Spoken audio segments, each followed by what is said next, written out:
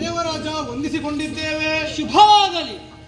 ದೇವತೆಗಳೇ, ಅಮರಾವತಿ ಅರ್ಥಾತ್ ಸ್ವರ್ಗಲೋಕ ಇದು ಶ್ರೇಷ್ಠವಾದದ್ದು.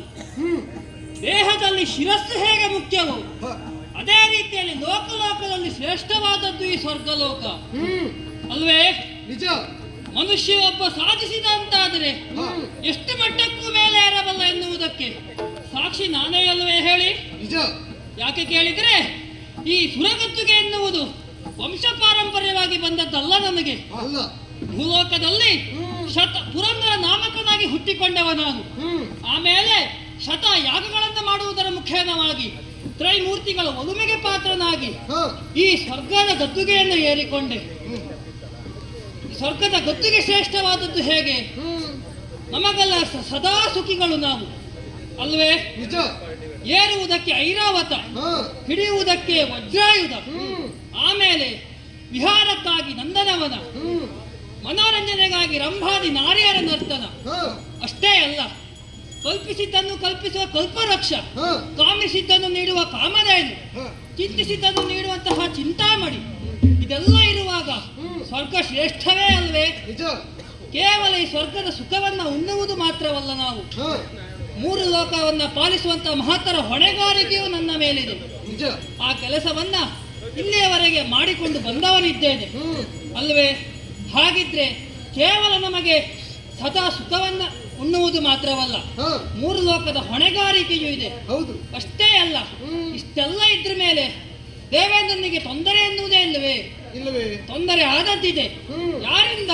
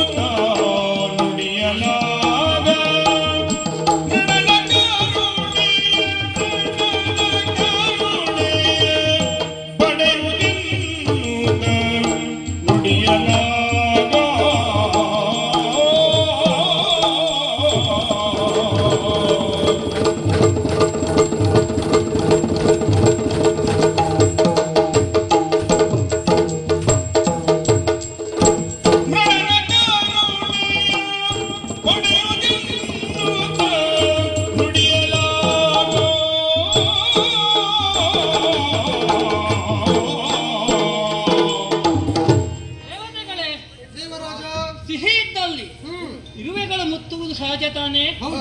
ಅದೇ ರೀತಿಯಲ್ಲಿ ಈ ದೇವಲೋಕದ ಸುಖವನ್ನು ಉಣ್ಣಬೇಕು ಎನ್ನುವುದಾಗಿ ಭೂಲೋಕದಲ್ಲಿಯೂ ಇಲ್ಲ ಪಾತಾಳ ಲೋಕದಲ್ಲಿಯೂ ನಮಗೆ ಆಗಾಗ ತೊಂದರೆ ಕೊಡುವವರಿದ್ದಾರೆ. ಮತ್ತಿನ್ಯಾರಲ್ಲ, ನಮ್ಮ ಹಿರಿಯ ತಾಯಿ ಮಕ್ಕಳಾದಂತಹ ದೈತ್ಯರು. ಆಗಾಗ ಈ ಸ್ವರ್ಗಲೋಕಕ್ಕೆ ದಾಳಿ ಉಳುವುದು ಈ ಸ್ವರ್ಗದ ಆಸೆಯಿಂದಾಗಿ. ಆದರೆ ಬಂದವರು ಯಾರೂ ಕೂಡ ಮರಳಿ ಹೋದಂತಹ ಇತಿಹಾಸ ಎನ್ನುವುದಿಲ್ಲ. ಒಂದು ನಾವೇ ಬಡಿದೋಡಿಸಿದ್ದೇವೆ. ಮತ್ತೆ ಶ್ರೀಹರಿಯ ಕರುಣನಿಂದಾಗಿ ಕೆಲವರೆಲ್ಲ ಅಳಿದು ಹೋಗಿದ್ದಾರೆ. ಕೆಲವೊಮ್ಮೆ ನಾವು ಬೆದರಿ ಓಡಿದ್ದುಂಟು. ಯಾಕೆ? ಬರುವಂತಹ ದಾನವರು ಪರಮೇಶ್ವರನನ್ನು ಇಲ್ಲ ಬ್ರಹ್ಮನನ್ನು ತಪಸ್ಸಿನ ಮುಖೇನವಾಗಿ ಮೆಚ್ಚಿಸಿ ಅವನಿಂದ ವರವನ್ನ ಪಡೆದುಕೊಂಡು ಈ ಸ್ವರ್ಗಲೋಕಕ್ಕೆ ದಾಳಿಯನ್ನ ಇಡುತ್ತಾರೆ. ಆ ಸಮಯದಲ್ಲಿ ನಾವು ಸೋತಿದ್ದೇವೆ. ಯಾಕೆ? ಅವರಿಗೆ ಸ್ವತದ್ದಲ್ಲ ನಾವು. ಅವರು ಪಡೆದಂತಹ ವರಕ್ಕೆ ತಲೆಬಾಗಿದ್ದು ಸರಿ ಅಲ್ವೇ? ನಿಜ. ಮೊನ್ನೆ ಒಂದು ಪ್ರಕರಣ ಆಗಿ ಹೋಯ್ತಲ್ಲ.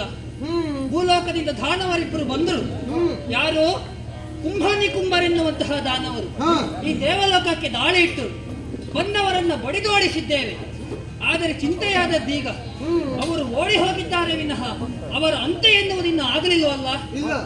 ಇನ್ನು ಅವರು ಮಾಡಬೇಕಾದದ್ದು ಏನು ಮಾಡಬಹುದು? ಏನು? ಭೂಲೋಕದಲ್ಲಿ ಪರಮೇಶ್ವರನನ್ನ ಭಜಿಸಿ ವರವನ್ನ ಪಡೆದು ಮತ್ತೆ ಪುನಃ ದಾಳಿ ಇಡಬಹುದಲ್ಲ. ಅದನ್ನು ತಪ್ಪಿಸಬೇಕು ನಾವು. ಯಾವ ರೀತಿಯಲ್ಲಿ? ನಾವೀಗ ಮಾಡಬೇಕಾದದ್ದು ಅದೇ. ನೇರವಾಗಿ ಕೈಲಾಸವನ್ನ ಸೇರಬೇಕು. ಪರಮೇಶ್ವರನನ್ನ ಭಜಿಸಿ ಅವರಿಗೆ ವರವನ್ನ ಕೊಡುವ ಪ್ರಮಾಣವನ್ನು ಸ್ವಲ್ಪ ಮಟ್ಟಿನಲ್ಲಿ ಕಡಿಮೆ ಮಾಡಬೇಕು. ಆದ್ದರಿಂದ ಈಗ ನಾವು ಹೋಗಬೇಕಾದದ್ದೆಲ್ಲಿಗೆ? ನೇರವಾಗಿ ಕೈಲಾಸಕ್ಕೆ ಹೋಗಬೇಕು. ಸರಿ. ಎಂದಿನಂತೆ ಹೋಗುವುದಲ್ಲ. ಮನಸ್ಸಿನ ಬೇಸರ ಕಳೆಯುವುದಕ್ಕಾಗಿ ಹೋಗುವುದು ಹೇಗೆ? ಭೂಲೋಕದ ಮಾರ್ಗವಾಗಿ ಹೋಗೋಣ. ಸರಿ. ಭೂಲೋಕದಲ್ಲಿ ನಮಗೆ ಮೀಸಲಿಟ್ಟಂತಹ ಕೆಲವೊಂದು ವನಗಳಿವೆ. ಆ ವನ ವಿಹಾರವನ್ನೆಲ್ಲ ಮಾಡಿಕೊಂಡು ಸಂತೋಷದಿಂದ ಕೈಲಾಸಕ್ಕೆ ಹೋಗೋಣ. ಆದೀತಲ್ವೇ? ಹಾಗೆ